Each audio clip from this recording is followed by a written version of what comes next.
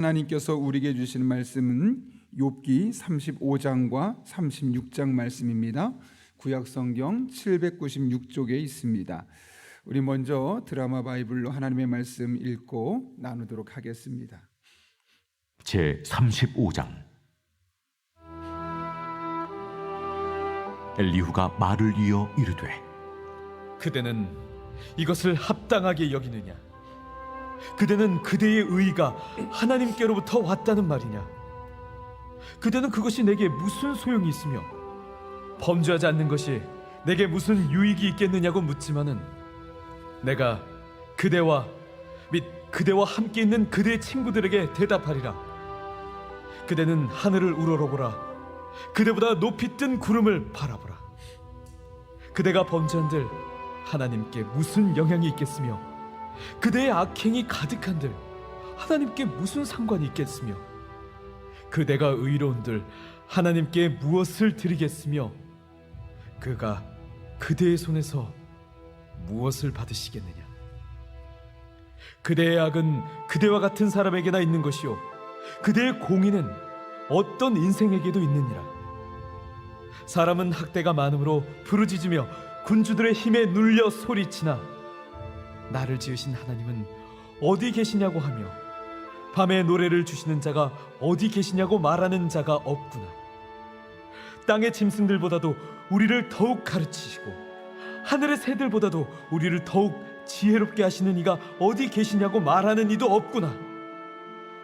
그들이 악인의 교만으로 말미암아 거기에서 부르짖으나 대답하는 자가 없음은 헛된 것은 하나님이 결코 듣지 아니하시며 전능자가 돌아보지 아니하심이라. 하물며 말하기를 하나님은 배울 수 없고 이래 판단하시면 그 앞에 있으니 나는 그를 기다릴 뿐이라 말하는 그대일까 보냐. 그러나 지금은 그가 진노하심으로 벌을 주지 아니하셨고 악행을 끝까지 살피지 아니하셨으므로 욥이 헛되이 입을 열어 지식 없는 말을 많이 하는구나. 제 36장.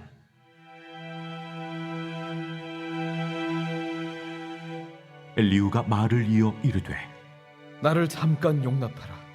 내가 그대에게 보이리니 이는 내가 하나님을 위하여 아직도 할 말이 있음이라. 내가 먼 데서 지식을 얻고 나를 지으신 이에게 의를 돌려보내리라. 진실로 내 말은 거짓이 아니라 온전한 지식을 가진 이가 그대와 함께 있느니라.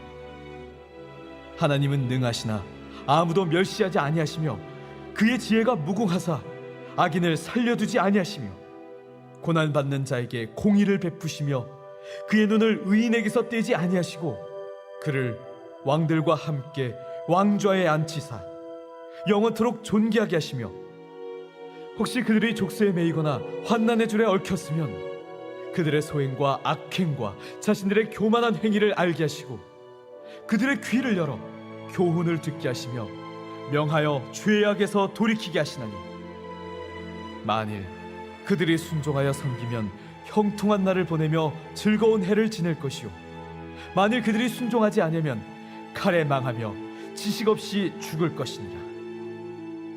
마음이 경건하지 아니한 자들은 분노를 쌓으며 하나님이 속박할지라도 도움을 구하지 아니하나니 그들의 몸은 젊어서 죽으며 그들의 생명은 남창과 함께 있도다. 하나님은 곤고한 자를 그 곤고에서 구원하시며 학대당할 즈음에 그의 귀를 여시나니 그러므로 하나님이 그대를 환난에서 이끌어내사 좁지 않고 넉넉한 곳으로 옮기려 하셨은즉 무릇 그대의 상에는 기름진 것이 놓이리라. 이제는 악인의 받을 벌이 그대에게 가득하였고 심판과 정의가 그대를 잡았나니 그대는 분노하지 않도록 조심하며 많은 뇌물이 그대를 그릇된 길로 가게 할까 조심하라. 그대의 부르짖음이나 그대의 능력이 어찌 능히 그대가 곤고한 가운데에서 그대를 유익하게 하겠느냐. 그대는 밤을 사모하지 말라. 인생들이 밤에 그들이 있는 곳에서 끌려가리라. 삼가 악으로 치우치지 말라. 그대가 환난보다 이것을 택하였느니라.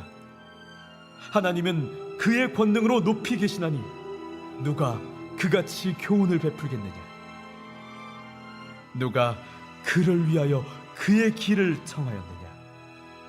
누가 말하기를 주께서 불의를 행하셨나이다 할 수 있으랴?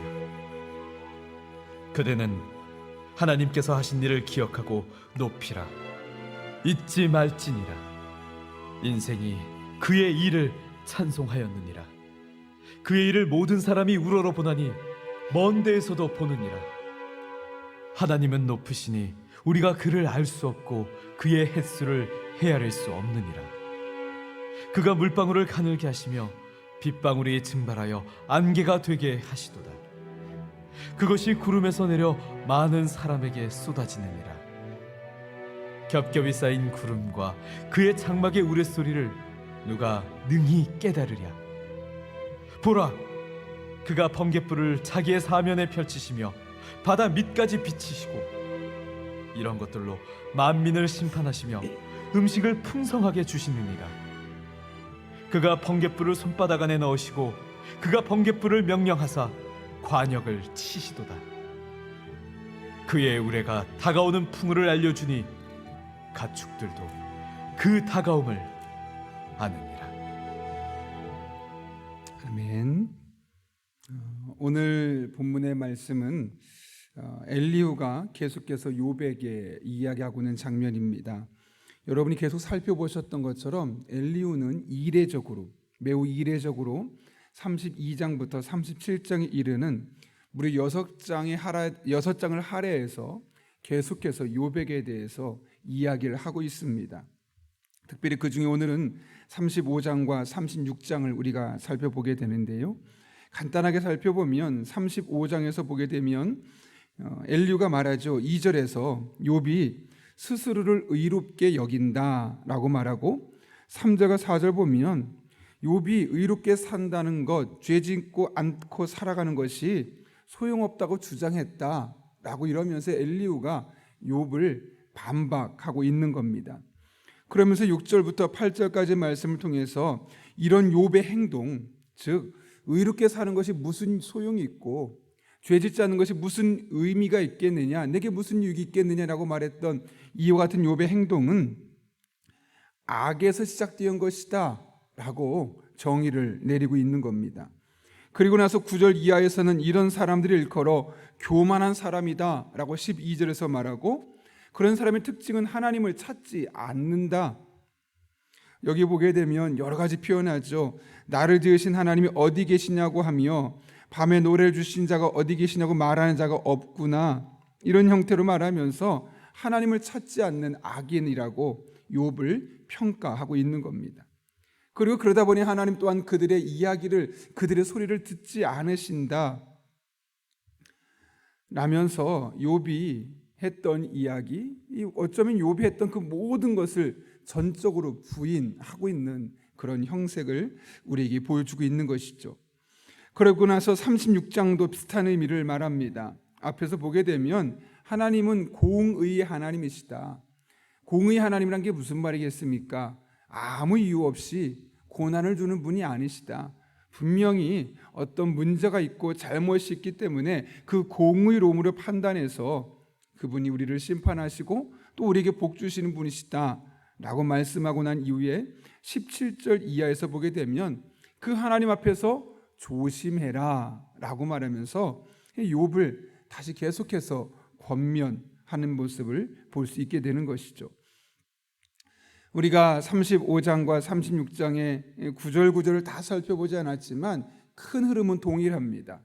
욥의 행동이 잘못된 것이고 그것은 악에서 비롯된 것이고, 그런 악에서 비롯된 이 교만함으로부터 나타난 욥의 말들 또한 잘못된 것이다 라고 말하는 이 엘리후의 모습, 여러분 엘리후가 어떻게 이렇게까지 말하게 되었을까요? 더군다나 32장부터 37장까지 무려 6장을 할애해 가면서 욥을 계속해서 공격하고 있는 이 엘리의 모습이 도대체 원인이 무엇이 있겠습니까?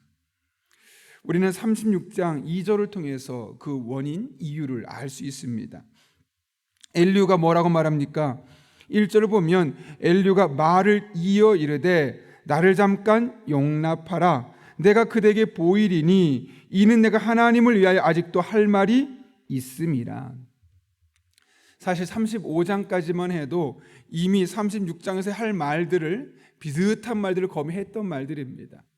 그럼에도 불구하고 한 번 더 36장과 7장에서 이런 말을 하려 했던 가장 큰 이유를 무엇 때문이라고 말하냐면 아직 내가 하나님의 영광 위해서 할 일이 있다라고 말하고 있는 것이죠. 다시 말하면 본인이 지금 하고 있는 이 말과 행동, 욥을 대하는 이 모든 태도의 근저에는 무엇이 있다는 겁니까? 하나님을 위한 일이다. 이거는 그런 마음이, 이 엘리후의 마음이 있었다는 겁니다. 3절도 같은 맥락에서 이야기하는데 이렇게 말하죠. 내가 먼 데서 지식을 얻고 나를 지으신 이에게 의를 돌려보내리라. 사실 좀 어려운 표현인데요, 제가 세번역으로 읽으면 이렇습니다. 나는 내가 가진 모든 지혜를 다 짜내서라도 나를 지으신 하나님이 의로우시다는 것을 밝히겠습니다. 이런 거죠. 내가 지금 욥에게, 당신에게 이런 말을 하는 이유는 내가 하나님을 위하여 아직 할 일이 많기 때문입니다. 그러면서 내가 모든 지혜를 짜내어서라도 하나님은 의로우신 분이시라는 사실을 당신에게 이렇게 말하겠습니다 라고 이야기하고 있는 것이죠. 한마디로 말하면 엘리후는 욥을 향한 자신의 행동과 모든 말들이 하나님을 위한 것, 하나님의 영광을 위한 것이다 라는 것을 밝히고 있는 겁니다. 근데 문제는 그것이 진행되는, 추진되는 방법입니다. 어떤 방법으로 이와 같은 하나님의 영광을 위한 일이 진행되고 있습니까? 욥이라는 한 신앙인을 철저하게 파헤치고 고립시키고 그의 영혼을 파괴하는 방향으로 나아가고 있다는 것이죠. 분명히 하나님을 위한 일이라고 했는데, 하나님의 영광을 위한 일이라고 했는데 알고 보니까 사람은 죽어 나가고 있었다는 겁니다. 이를 통해 우리는 하나님을 위해, 하나님의 영광을 위해 하는 일이라는 것이 오히려 하나님의 영광을 가리고 하나님의 사람을 죽이는 일에 사용될 수 있음을 보게 되는 것이죠. 과거 교회 역사를 통해서 또 성경 속의 인물들을 통해서 이 같은 사실을 볼 수 있지 않습니까? 가장 가까운 시기로 보게 되면 십자군 전쟁이 그렇지 않았겠습니까? 성전이라는 이름을 걸고 하나님의 전쟁이다라는 이름을 걸고 얼마나 많은 사람을 죽여 나갔습니까? 사실 그들의 영혼을 구원하고 그들에게 복음을 전하고 하나님 영광을 위하여 그 한 영혼을 구원하기 위해서 노력해야 될 사람들이 십자군이라는 이름으로 얼마나 많은 사람을 죽였는지, 또 그 일에 수많은 그리스도인을 동원시키면서 또 많은 그리스도인이 얼마나 많이 죽어나갔는지 모릅니다. 성경 속에서 이 같은 사실 우리는 계속해서 발견할 수 있죠. 가장 핵심적인 분이 누구겠습니까? 이렇게 돌아가신 분이 바로 예수님이십니다. 여러분 성경에 보십시오. 예수님을 고발했던 사람, 이 유대의 종교 지도자들이 왜 예수님을 고발했습니까? 그들의 정치적인 목적 때문이었을까요? 종교적인 이해관계 때문만이었을까요? 그들이 했던 이유는, 예수님이 십자가에 못 박으셨던 가장 큰 이유는 사실 예수님이 하나님의 아들이라고, 그래서 그들 나름대로는 하나님의 이름을 지키겠다고 하나님의 영광을 위해서 했던 일이 예수님이 십자가에 못 박아 죽게 만드는 일이었습니다. 자신 개인의 이득이 아니었습니다. 나름대로는 이건 철저히 하나님을 위한 것이고 하나님의 영광 일이라고 200% 확신해서 했던 일이 바로 예수님을 십자가에 못 박아 죽게 만드는 일이었습니다. 여러분 사도 바울도 그런 일을 하지 않았겠습니까? 사도 바울이 사도행전 22장에서 과거 자신이 그리스도인이 되기 전에 했던 일들에 대해서 이렇게 평가합니다. 그리고 간증하죠. 사도행전 22장 3절과 4절을 제가 한번 읽어보겠습니다. 나는 유대인으로 길리기아 다소에서 났고 이 성에서 자라 가말리엘의 문화에서 우리 조상들의 율법에 엄한 교육을 받았고 오늘 너희 모든 사람처럼 하나님께 대하여 열심히 있는 자라. 사도 바울이 자신 스스로를 평가하는 겁니다. 내가 정말 다른 사람 앞에 내놔도 부끄럽지 않을 만큼 하나님께 대해서 진심인 사람, 열심인 사람이었습니다. 그러면서 하나님께 대한 그 열심을 했던 일들이 무엇이라고 말하면서 내가 이 도를 박해하며, 이 도가 무엇이겠습니까? 예수님이 하나님의 아들이고 그분이 우리 인생의 구원자가 되신다는 그 도를 박해하며 사람을 죽이기까지 하고 남녀를 결박하여 옥에 넘겼다. 심지어는 스데반이 돌에 맞아 죽는 장면을 보며 당연하다, 마땅하게 생각했다 라고 사도행전은 우리에게 계속해서 증언하고 있는 것이죠. 여러분, 사도 바울이 개인의 욕망과 개인의 성공을 위해서 이런 일을 했던 것이 아닙니다. 하나님께 대하여 열심히 썼기 때문에 내가 정말 하나님 영광 위에 살겠다, 내 입과 말과 이 모든 행동이 나의 성공을 위해서가 아니라 하나님의 영광 위에 살겠다, 그런 마음이 있었던 겁니다. 그런데 하나님의 영광을 위한 일이었는데 기독교인을 죽이고 잡아 가두는, 오히려 했던 일은 정반대의 결과를 가져왔던 것을 보게 되는 것이죠. 그런데 그 사건이 오늘 욥기서에서 엘리후의 입을 통해서 동일하게 반복되고 있음을 우리는 보게 되는 겁니다.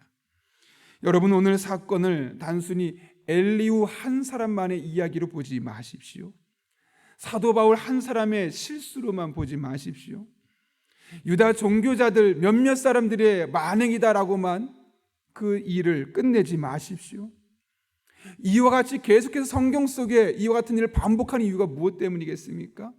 오늘날 우리도 까딱 잘못하면 유다 종교 지도자들과 같을 수 있고 엘리후와 같을 수 있고 사도 바울과 같을 수 있음을 우리에게 경고로서 말씀하고 있는 것 아닐까요?